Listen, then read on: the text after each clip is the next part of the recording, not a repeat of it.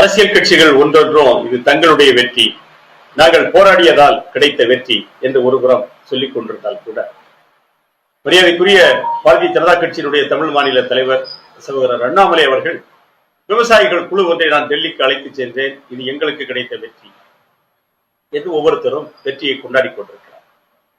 உள்ளபடியே இந்த வெற்றி விவசாயிகளுக்கான வெற்றி, அதான் உண்மை. இதை யாரும் மறுக்க முடியாது.